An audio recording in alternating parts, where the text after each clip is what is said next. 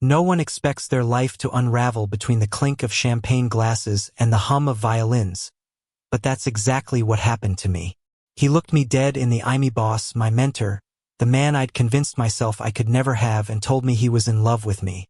And then, just like that, Monday morning came, and he acted as if the words had evaporated into the night air. The office was too bright, too polished, and far too cold for a heart still burning from the confession. The memory wouldn't stop replaying in my head. The ballroom's golden chandeliers, his voice low and fierce, my breath catching because I thought I misheard him. But no, I hadn't. I remembered every word, every syllable. Now here we were, him buried in spreadsheets and phone calls, me at my desk trying to breathe through the weight pressing down on my chest. He didn't look at me except he did all the time. Quick glances when he thought I wouldn't notice.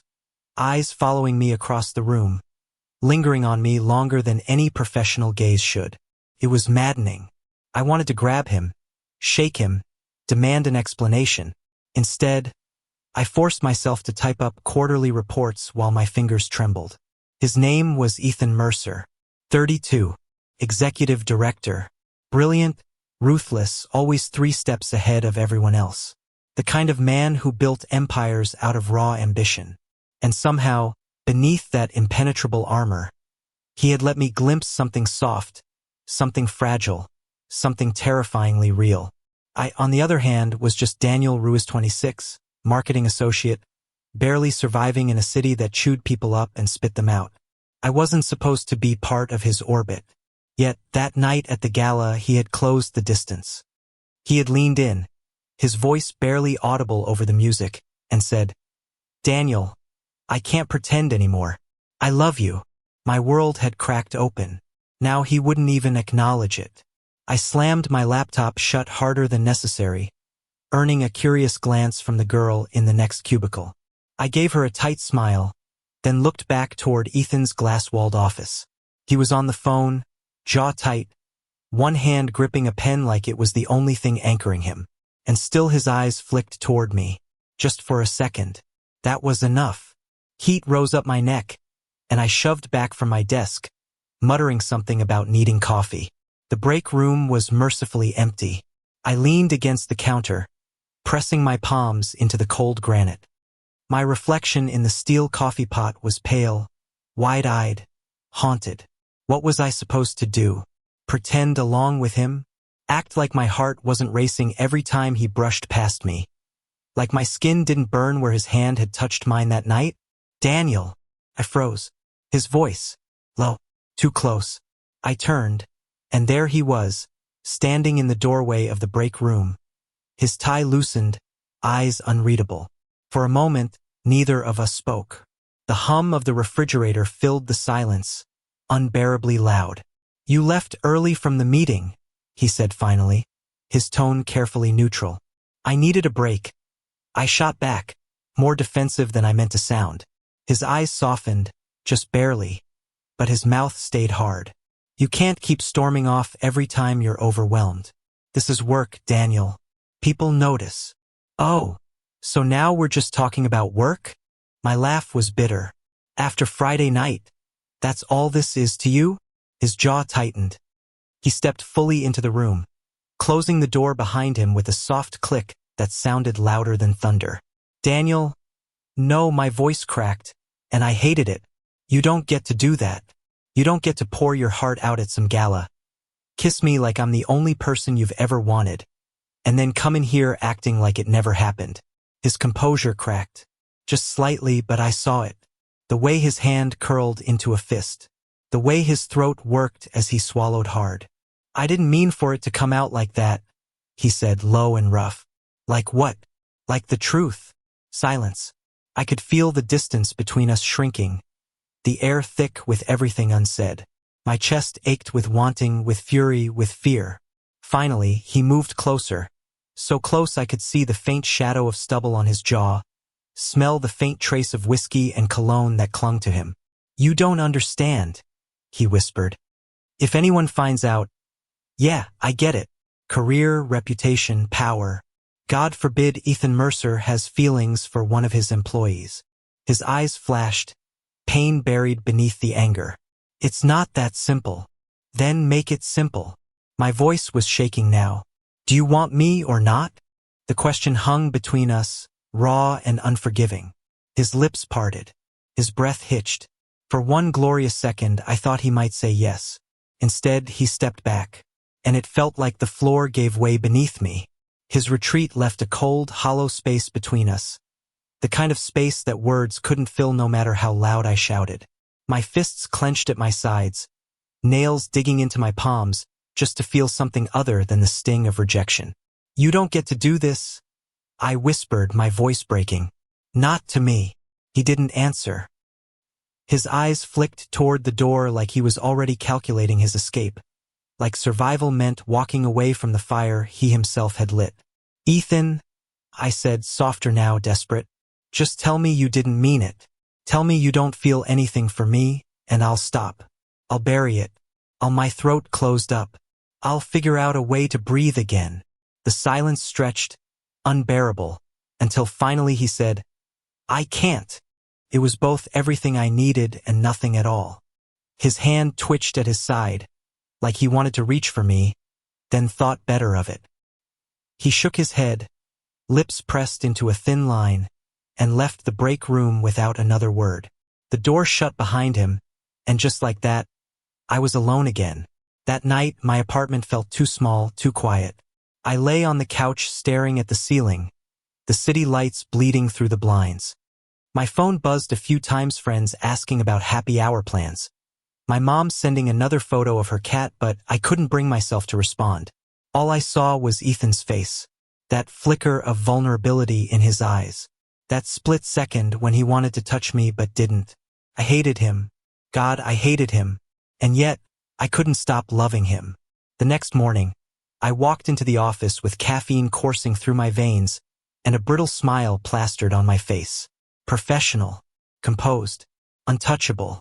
If Ethan wanted to play pretend, fine. Two could play that game. But the moment I saw him already at his desk, shirt crisp, tie knotted perfectly, eyes sharp as a vermi resolve cracked, because he looked at me again. Just for a moment, but it was enough. Enough to remind me that none of this was simple. By lunchtime, I was drowning in mixed signals.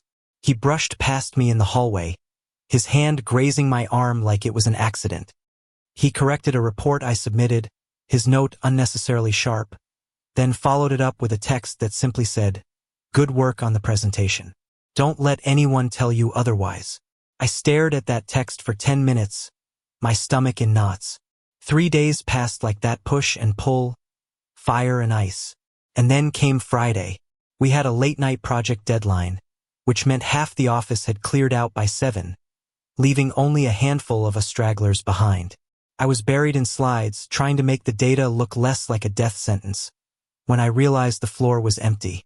Empty except for him.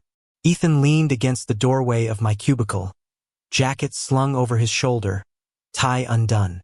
He looked human, like this, tired, worn, maybe even lonely. "Still here?" he asked. "Someone has to make this pitch look like magic." I muttered without looking up.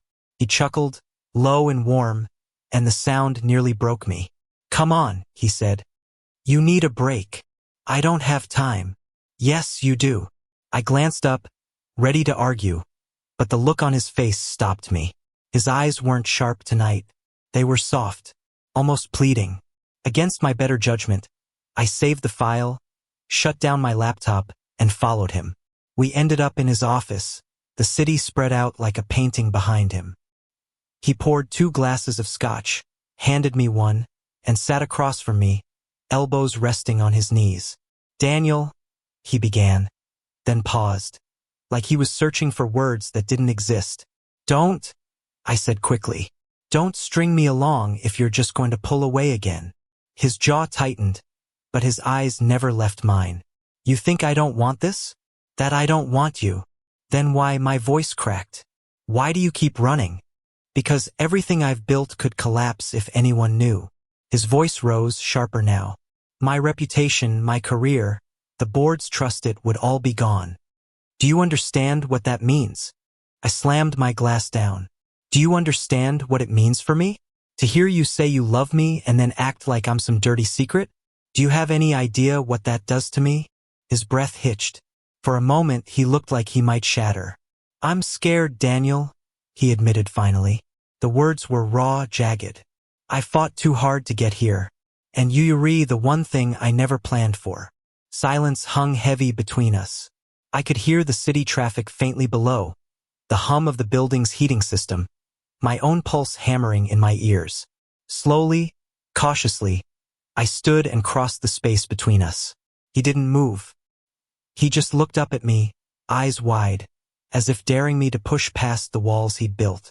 My hand trembled as I reached out, brushing my fingers against his cheek. His breath caught. Ethan, I whispered. You don't have to fight alone anymore. And then he kissed me. It wasn't like the kiss at the gala, hesitant, half drowned in fear. This one was hungry, desperate, years of restraint snapping all at once. His hands gripped my waist, pulling me closer, and I sank into him like I'd been waiting my whole life for this moment. The world fell away. There was only him, his mouth, his hands, his heartbeat pounding against mine. When we finally broke apart, breathless, he pressed his forehead against mine. This is dangerous, he murmured. I don't care. And for the first time, neither did he.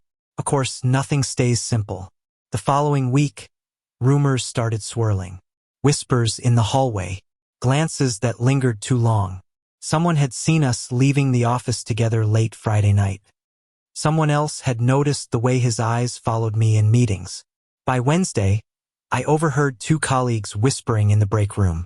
They say Mercer's got a thing with one of the associates. No way, he's too careful for that. I don't know. I've seen the way he looks at Ruiz. My blood turned to ice. I kept my head down, pretended not to hear, but inside, panic clawed at my chest. If the rumors reached the board, if they became more than whispers. That night, Ethan called me into his office. His face was pale, drawn tight. We need to be careful, he said without preamble. People are already talking, I admitted. I heard them. He swore under his breath, pacing. This could ruin everything. I swallowed hard. Do you regret it? He froze. Slowly, he turned to me, his eyes fierce. Never. Relief flooded me, but it was short-lived. Because even if he didn't regret us, the world would. And we both knew it. The tension built over the next few weeks. Every touch stolen. Every glance dangerous. My chest ached with wanting something more, something real. But Ethan was still tethered to his fear, and I was suffocating beneath the weight of secrecy. One night, after another exhausting day of pretending, I snapped. We can't keep doing this, I told him. His expression shuddered. Daniel, no. Listen to me. I can't keep being your shadow. I want to be your partner, not your mistake.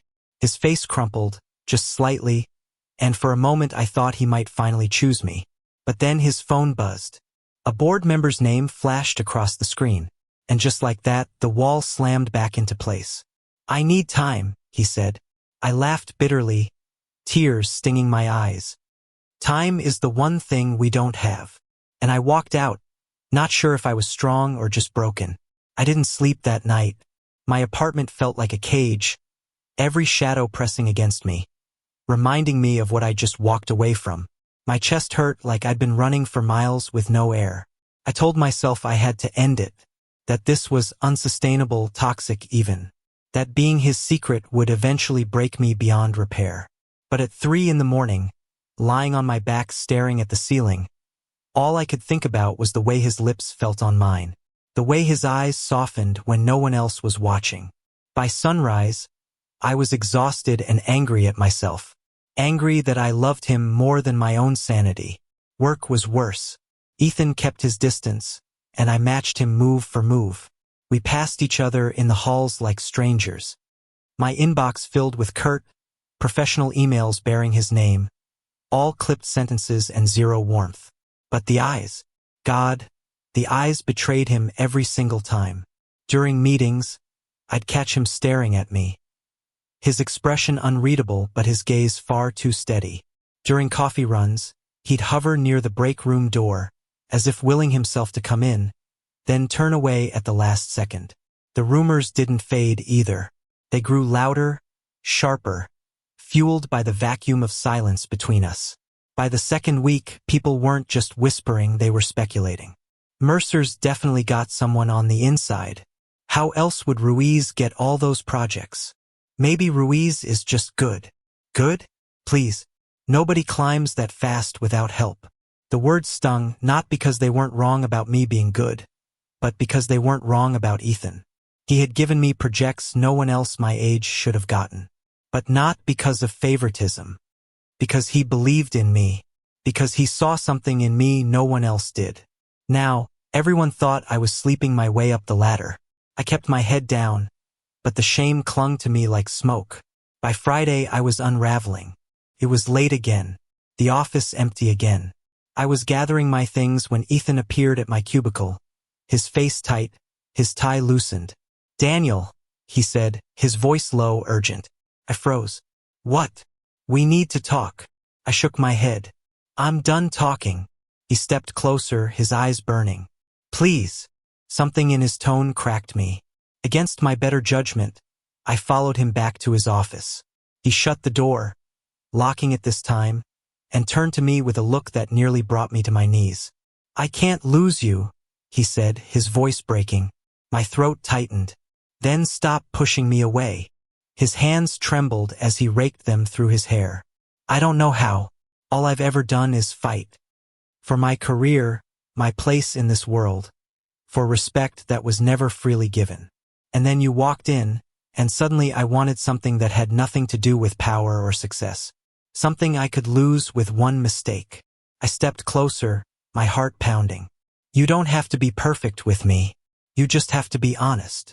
He looked at me like I was both salvation and destruction. And then, with a groan, he pulled me into his arms. I melted against him, the ache in my chest easing for the first time in weeks.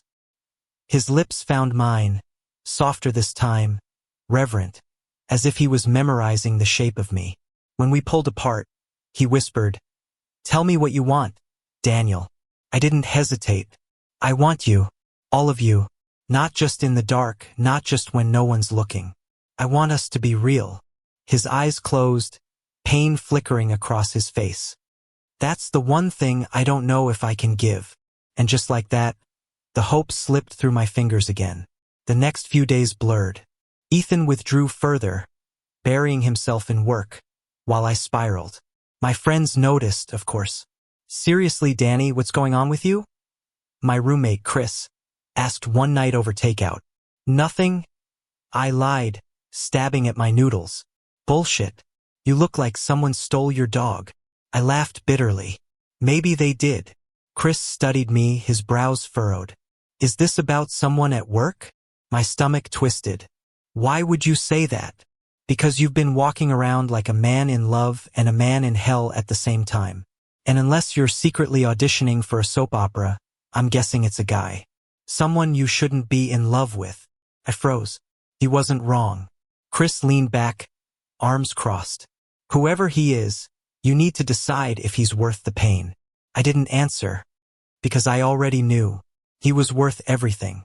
The breaking point came 2 weeks later. The board called an emergency meeting, and whispers swirled like wildfire. Rumors had reached the upper floors, and they weren't happy. I sat outside the glass conference room, pretending to review notes, while inside, Ethan stood at the head of the table, facing down a firing squad of directors. I couldn't hear everything, but I caught pieces. Inappropriate relationship. Conflict of interest. Reputation at risk. My stomach dropped. When the doors finally opened, Ethan walked out, face pale but unreadable. He didn't look at me, not once. Hours later, he called me into his office. "They know," he said flatly. I sank into the chair opposite him, my chest tight. "What happens now?" "They want me to cut ties. With you." His voice cracked on the last word. I swallowed hard. "And what do you want?" He stared at me for a long time, his eyes haunted. "I want you. But if I choose you, I lose everything else." I felt the world tilt beneath me. "So I'm just a liability." No, he leaned forward, desperation in his eyes. You're everything. That's the problem.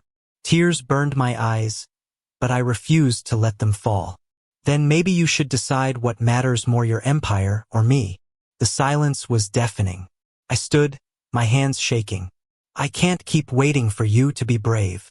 And I walked out, my heart breaking all over again. That weekend I disappeared, turned off my phone, ignored my emails, let Chris drag me to bars and movies just so I wouldn't drown in my own thoughts. But Ethan was everywhere. In the way strangers laughed, in the skyline lit up against the night, in the echo of my own heartbeat when I closed my eyes. By Sunday night, I gave in. I pulled out my phone, half hoping, half dreading. No messages, no calls, nothing. Felt like the end. Monday morning, I walked into the office resigned. If Ethan wanted to protect his empire, fine. I would protect myself. But when I got to my desk, something was off. The floor buzzed with whispers, sharper than before. People clustered near the elevators, murmuring. What's going on? I asked a colleague. You didn't hear? Mercer just announced he's stepping down from his position on the board. My heart stopped. I turned toward his office, and there he was, standing tall, composed, but with a fire in his eyes I hadn't seen before. Our gazes met across the room, and for the first time he didn't look away. That night he showed up at my apartment. I opened the door, stunned, and there he was, tie gone, sleeves rolled up, eyes raw. I chose you, he said simply. Couldn't breathe. You what? I told them the truth. About us. About me. I'm done hiding. Tears blurred my vision. Ethan, he stepped forward, cupping my face in his hands. I'd rather lose everything than lose you. And then he kissed me, fierce and unyielding, and for the first time, I believed him. The road ahead wasn't easy. The fallout was brutal: articles, whispers, colleagues who looked at us like we were scandal personified. Ethan lost more than a title. He lost friends, allies, credibility. But he gained something else. Me. And I gained him, not the flawless executive, not the untouchable man at the top, but the Ethan who laughed at my bad jokes, who cooked terrible pasta on Sunday nights, who reached for my hand under the table without hesitation. We were bruised, but we were free. And maybe, just maybe, that was enough. The storm didn't pass overnight. The week after Ethan's resignation was brutal. Headlines screamed his name, splashing it across business blogs and industry newsletters. Mercer steps down amid scandal. Some reporters speculated he'd been caught in fraud or embezzlement. Others hinted at worse. The truth that he'd fallen in love with an associate, with Muas almost too mundane for them, though eventually, the gossip made its way through the cracks. I learned quickly that people love a downfall, especially when it involves power and vulnerability tangled together. Walking into the office was hell. Conversations stopped when I entered the room. People looked at me like I was radioactive, as if I had single-handedly dismantled the empire Ethan had built. Some colleagues, the kinder ones, offered awkward half-smiles, pity more than support. Others didn't bother to hide their disdain.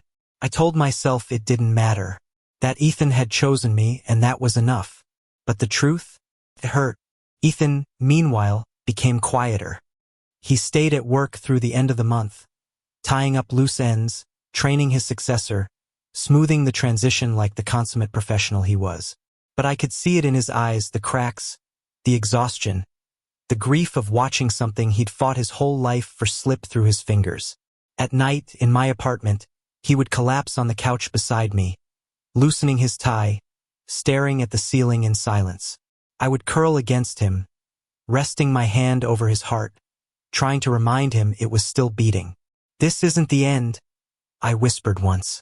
He kissed my hair and murmured, it feels like it, but he was wrong. 2 months later, the world had moved on. Scandals burned bright and fast. People always find new ones to chase. Ethan's name slipped from headlines, though whispers lingered in some corners. By then, we had settled into something that felt startlingly ordinary. We grocery shopped on Sundays.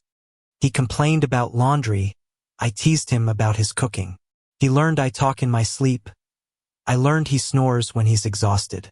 We fought about ridiculous things, leaving socks on the floor, forgetting to water the plants, and then made up with laughter and long kisses. For the first time in years, Ethan wasn't a headline or a title. He was just a man. And he was mine. Of course, it wasn't all simple. The industry doors didn't swing open for him anymore. He tried applying to a few firms, but word spread fast, and no one wanted the risk of associating with him. His reputation was too tarnished, his fall too public. One night, after yet another rejection email, he slammed his laptop shut and muttered, "Maybe this was all a mistake." I froze. "What?" "Not us," he said quickly, his eyes wide. "Never us. But maybe walking away. Maybe I should have fought harder, denied everything, kept my position." I swallowed hard, my chest aching. "Do you regret it?" He looked at me for a long moment, then shook his head. "No, because then I wouldn't be here. With you." I climbed into his lap, cupping his face in my hands. "Then it wasn't a mistake. Maybe it's just a beginning we didn't expect." His shoulders slumped, the fight draining out of him. He kissed me like I was the only steady ground left. And slowly, things began to shift. Ethan didn't return to corporate life. Instead, he started consulting, small at first, helping startups navigate marketing strategies, advising young entrepreneurs. It wasn't glamorous, but it was his. And without the constant pressure of boardrooms and shareholders, he seemed lighter, freer. I thrived too. The rumors about me eventually died. And with Ethan gone, people stopped whispering. I worked harder than ever, determined to prove I wasn't just someone's scandal. When I landed a campaign that brought in record sales, my manager praised me in front of the whole team. For the first time, I felt seen for my work, not my connection. Ethan celebrated by cooking dinner.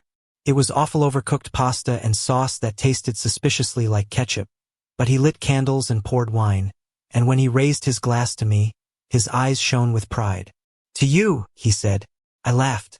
"To us." And it felt like victory. The real turning point came in spring. We were walking through Central Park one chilly afternoon, bundled in coats, hands clasped tight despite the occasional disapproving glance. It was still rare to see two men openly affectionate, and some strangers didn't hide their discomfort. At one point, a woman passing us sneered, muttering something under her breath. I flinched, instinctively pulling my hand away. Ethan stopped.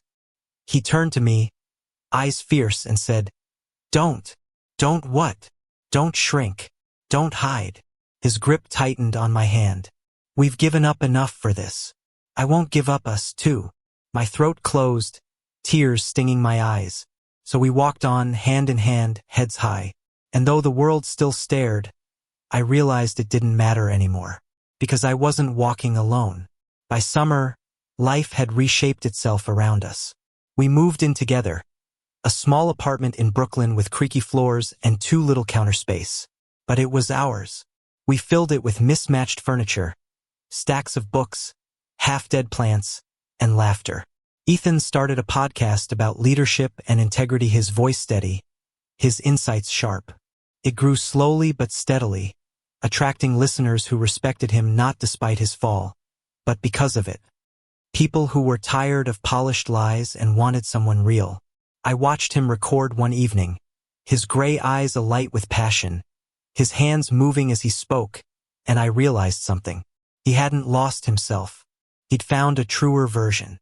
And maybe I had too. The night it became undeniable was quiet, unremarkable. We were lying in bed, the window cracked open to let in the summer air, our legs tangled beneath the sheets. "I used to think happiness was winning," Ethan murmured into the dark. "That it was being untouchable, always ahead, always in control. And now?" I asked softly. He turned, brushing his lips against my temple. "Now I think it's this. Just this. You." My heart swelled, too full to speak. I pressed my mouth to his, slow and lingering, and whispered, "Then don't ever let go." He smiled against my lips. "Never." Months later, when autumn painted the city in gold and crimson, Ethan surprised me. We were walking along the waterfront, the skyline glowing against the dusky sky, when he suddenly stopped. He reached into his coat pocket, pulled out a small box and opened it. A ring. Simple, silver, nothing flashy. But it gleamed like hope. "Daniel," he said, his voice trembling. "I've lost a lot in my life, but I can't lose you. Will you marry me?" The world tilted, blurred, then sharpened into focus. Tears spilled down my cheeks before I could stop them. "Yes," I whispered, my voice breaking. "Yes, Ethan. 1,000 times yes." He slipped the ring onto my finger, his hands shaking, and then he kissed Met here, in the open, where anyone could see. And for once, I didn't care at all. The years ahead weren't perfect. We still faced whispers, judgment, challenges neither of us could predict. But we faced them together. And in the end, that was all we ever needed. Because love, real love, wasn't about perfection or power. It was about choosing each other again and again, even when the world said you shouldn't. And he chose me, and I chose him. Always. Thank you for listening. If you find it interesting, please like and subscribe to follow the next stories.